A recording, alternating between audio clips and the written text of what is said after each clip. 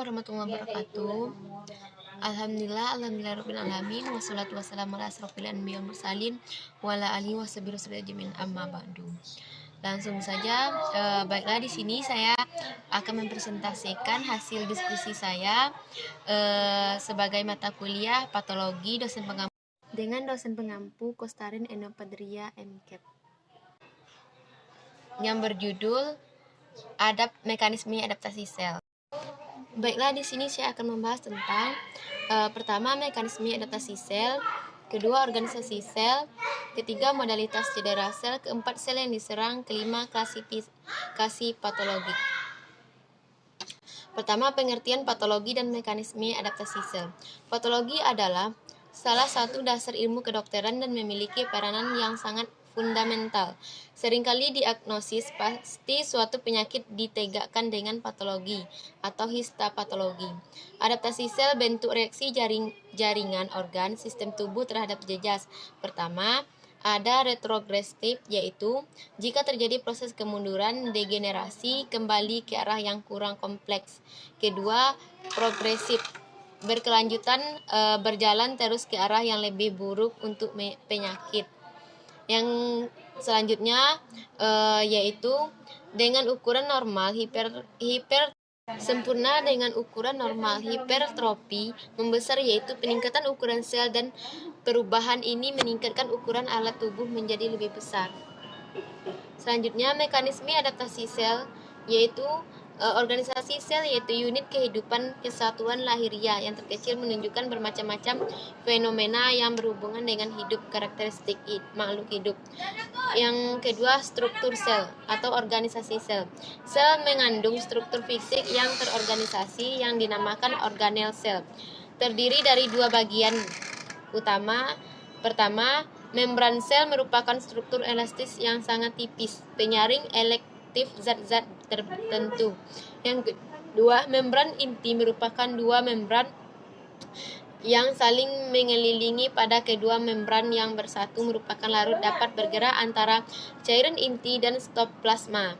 Ketiga, retikulum endoplasma. Yaitu retikulum endoplasma yang terdiri dari Re granular yang pada permukaannya melekat. Ribosom yang terutama mengandung RNA yang berfungsi dalam mengsintesa protein Re granular. Tidak ada ribosom berfungsi untuk sintesa lipid dan enzimatik sel.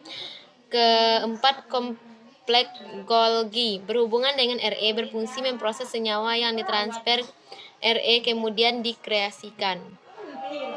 Selanjutnya, sistem fungsional sel. Pertama, penelananan dan pencernaan oleh sel. Yang kedua, ekstraksi energi dari zat gizi atau fungsi mitokondria. Ketiga, hipoksia akibat DRI. Keempat, agen mikrobiologi. Kelima, gangguan genetik. Yang keenam, ketidakseimbangan nutrisi. Yang ketujuh, penuaan infiltrasi. Selanjutnya, sel yang diserang, yaitu pengaruh stimulus yang menyebabkan cedera pada sel. Pertama, kerusakan biokimia. Kedua, kelainan fungsi. Ketiga, perubahan morfologi sel. Keempat, pengurangan massa atau penyusutan. Selanjutnya, ada perubahan morfologi pada sel. Yang cedera subletal, perubahan pada sel cedera subletal bersifat reversible, yaitu jika rangsangan dihentikan maka sel kembali sehat. Pembentukan perubahan degeneratif sel, yaitu pembentukan sel, gangguan kemampuan metabolisme, pembentukan energi, dan kerusakan membran sel, influx air ke peningkatan konsentrasi Na, memompa ion Na, menurunkan pembengkakan sel. Selanjutnya, penimbunan lipid intrasel secara mikroskopik, yaitu sitoplasma dari sel-sel yang terkena tampak bervakuola bersih. Kelima, klasifikasi patologi. Klasifikasi patologi yaitu proses diletakkannya pengendapan kalsium dalam jaringan pembentukan tulang.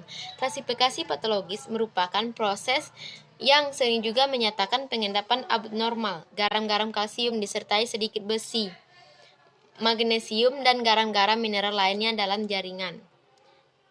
Selanjutnya, klasifikasi terjadi pada hiperkalsemi akibat hipertiroid, tumor atrofi tulang, hipervitaminiosis, dan lain-lainnya. Tanpa didahului kerusakan jaringan, proses klasifikasi pada jaringan yang telah mengalami kerusakan terlebih dahulu. Selanjutnya, klasifikasi distrofi, yaitu kerusakan dapat bersifat degenerasi atau nekrosis. Contoh, litopedion, bayi membantu pada janin yang mati dalam kandungan. Kalsinosis, terjadi klasifikasi pada jaringan yang tampak normal atau kalsinosis terjadi klasifikasi pada jaringan yang tampak normal atau yang menunjukkan kerusakan sistematik. Pembentukan tulang heterotropik meliputi 3 proses di atas, disertai pergantian proses dan klasifikasi menjadi pembentukan tulang. Terjadi akibat depo kalsium abnormal yang metaplasia ke arah osteoblastik dan dapat merangsang sel fibrobias membentuk tulang.